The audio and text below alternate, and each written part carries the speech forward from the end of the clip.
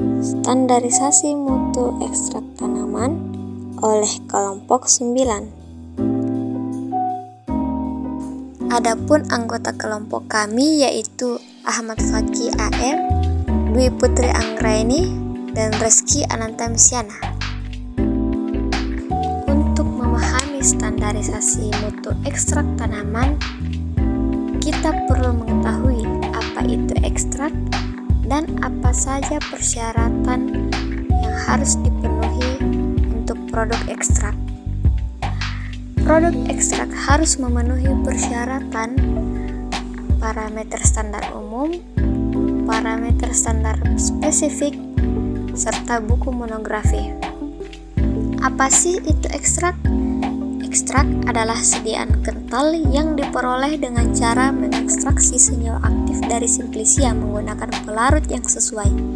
Kemudian semua atau hampir semua pelarut diuapkan dan massa atau serbuk yang tersisa diperlakukan sedemikian rupa sehingga memenuhi baku yang telah ditetapkan.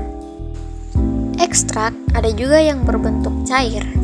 Ekstrak cair adalah sediaan dari simplisia yang mengandung etanol sebagai pelarut atau sebagai pengawet. Biasanya pada tiap mili ekstrak mengandung senyawa aktif dari 1 gram simplisia yang memenuhi syarat. Infus adalah sediaan cair yang dibuat dengan mengekstraksi simplisia dengan air pada suhu 90 derajat Celcius selama 15 menit. Karena topik kita adalah standarisasi mutu ekstrak tanaman, sangat penting bagi kita untuk mengetahui faktor apa saja sih yang memengaruhi mutu ekstrak yang akan dibuat. Jadi teman-teman, faktor yang dapat mengaruhi mutu suatu ekstrak yang pertama yaitu faktor biologi. Faktor biologi tentunya sudah mencakup asal tumbuhan dan identitas tanaman. Pertama yaitu lokasi tumbuhan asal. Berbicara tentang tempat bertumbuhnya suatu tumbuhan, lingkungan seperti tanah dan atmosfer, energi seperti cuaca, temperatur, dan cahaya, serta materi seperti air, senyawa organik dan anorganik sangat mempengaruhi tumbuhnya suatu tumbuhan. Faktor biologi yang kedua yaitu periode pemanenan hasil tumbuhan, di mana dimensi waktu terkait metabolisme pembentukan senyawa terkandung sangat memengaruhi mutu ekstrak yang akan dihasilkan. Faktor biologi ketiga yaitu penyimpanan pada tumbuhan, berpengaruh pada stabilitas bahan yaitu kontaminasi biotik dan abiotik. Umur tumbuhan dan bagian yang digunakan juga termasuk faktor biologi. Selanjutnya, untuk simplisia dari tumbuhan hasil budidaya dipengaruhi juga oleh proses GAP atau Good Agricultural Practice. Sementara untuk simplisia dari tumbuhan liar atau wild crop dipengaruhi juga oleh proses pengeringan yang umumnya dilakukan di lapangan. Selain faktor biologi, ada juga faktor kimia yang mempengaruhi mutu ekstrak tanaman yang dihasilkan. Faktor kimia dalam hal ini dibagi menjadi 2 jenis, yaitu faktor internal dan faktor eksternal. Faktor internal mencakup jenis senyawa aktif dalam bahan, komposisi kualitatif senyawa aktif, komposisi kuantitatif senyawa aktif, serta kadar total rata-rata senyawa aktif. Sementara faktor eksternal yaitu metode ekstraksi, perbandingan ukuran alat ekstraksi seperti diameter dan tinggi alat, ukuran, kekerasan dan kekeringan bahan, pelarut yang digunakan dalam ekstraksi, kandungan logam berat, serta kandungan pestisida. Masih dengan faktor kimia. Jadi teman-teman, mutu ekstrak sangat berkaitan dengan senyawa kimia yang dikandung karena respon biologis yang diakibatkan oleh ekstrak yang nantinya akan dihasilkan disebabkan oleh senyawa kimia yang terkandung dalam tanaman. Tinjau dari asalnya, senyawa kimia dalam ekstrak terbagi menjadi 3. Yang pertama, senyawa kandungan asli dari tumbuhan asal. yaitu senyawa yang memang sudah ada sejak masa tumbuhan tersebut hidup. Yang kedua, yaitu senyawa hasil perubahan dari senyawa asli. Dari penelitian telah diprediksi terjadinya perubahan kimia karena sifat fisiko-kimia yang labil. Yang terakhir yaitu senyawa kontaminasi, seperti polutan atau aditif. Senyawa hasil interaksi kontaminasi dengan senyawa asli atau senyawa perubahan. Setelah membahas tentang faktor yang mempengaruhi mutu ekstrak tanaman, kita beralih ke parameter yang harus dipenuhi dalam standarisasi mutu ekstrak tanaman. Parameter dalam hal ini ada dua jenis, yaitu parameter spesifik dan parameter non-spesifik. Parameter spesifik adalah aspek kandungan kimia kualitatif dan aspek kuantitatif kadar senyawa kimia yang bertanggung jawab langsung terhadap aktivitas farmakologis tertentu.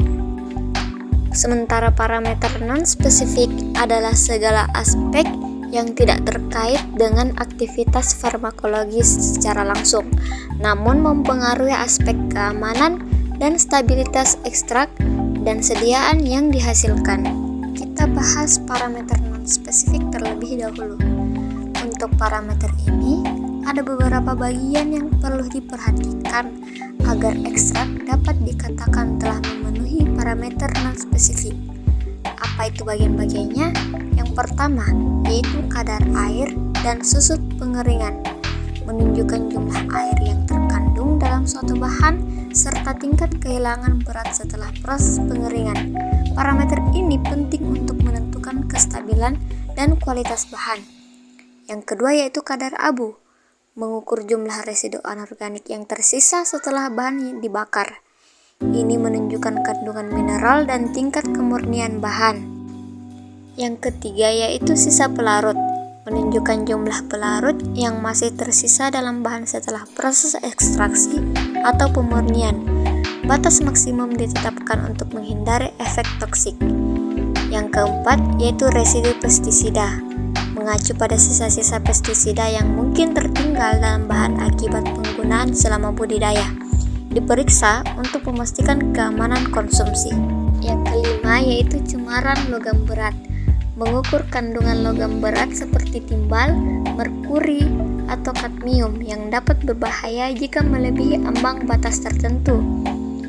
Yang keenam yaitu cemaran mikroba, menunjukkan tingkat kontaminasi oleh mikroorganisme seperti bakteri atau jamur yang dapat memengaruhi keamanan dan kualitas bahan.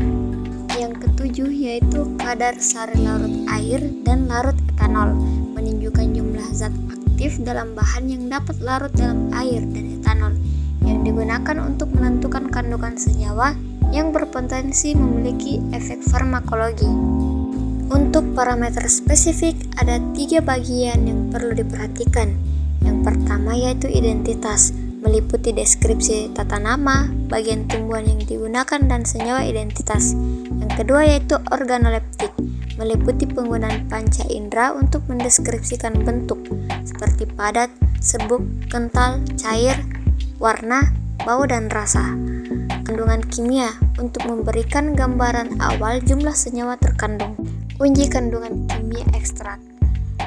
Untuk melakukan uji kandungan kimia ekstrak perlu dilakukan beberapa prosedur. Yang pertama yaitu pola kromatogram, menggunakan kromatografi lapis tipis, kromatografi cair kinerja tinggi, dan kromatografi gas. Yang kedua yaitu uji kadar total golongan kandungan kimia seperti spektrofotometri, titrimetri, volumetri, gravimetri, dan lain-lain.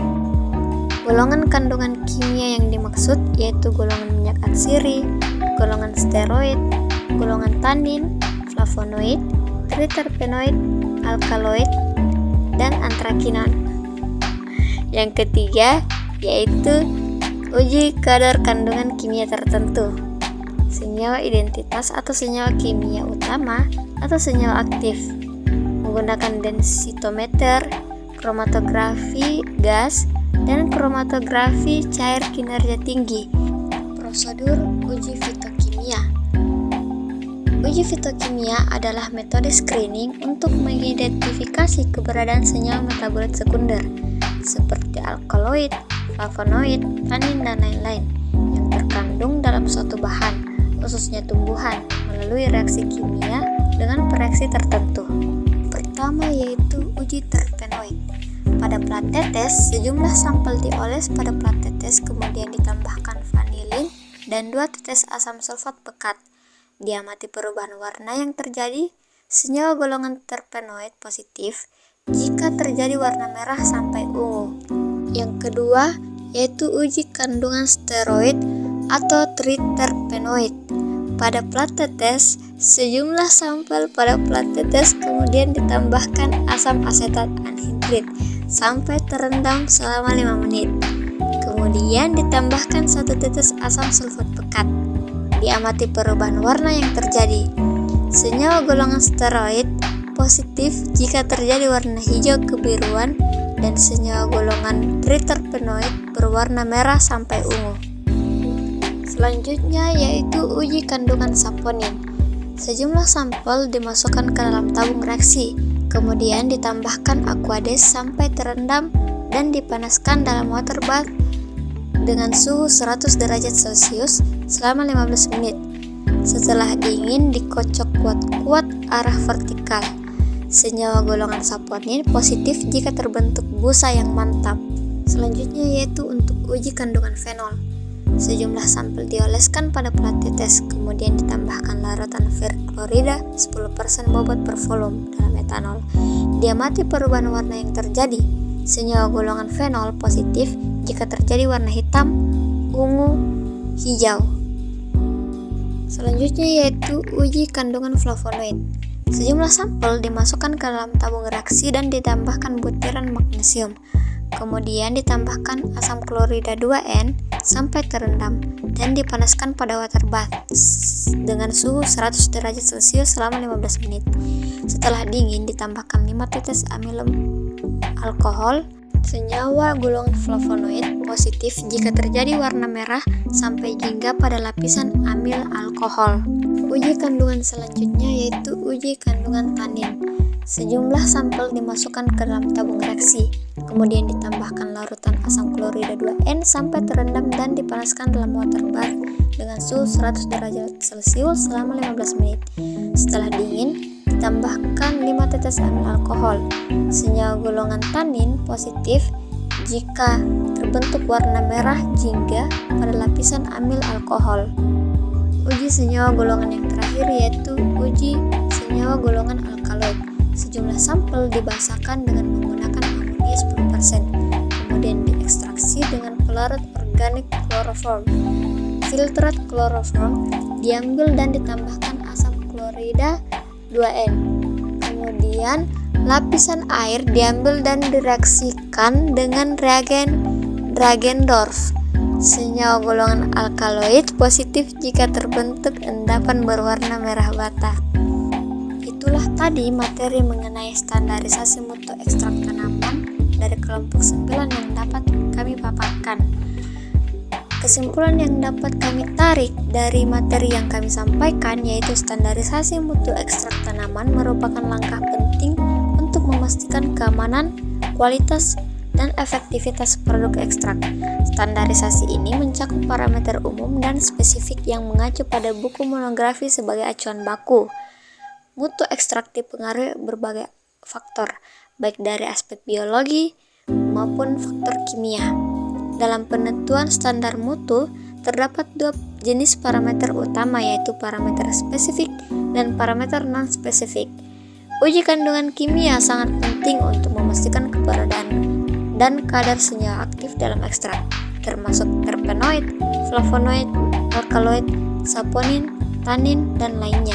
Sebagai metode analisis digunakan seperti kromatografi lapis tipis, kromatografi cair kinerja tinggi, spektrofotometri, dan densitometri untuk mengidentifikasi serta mengukur kadar senyawa tersebut.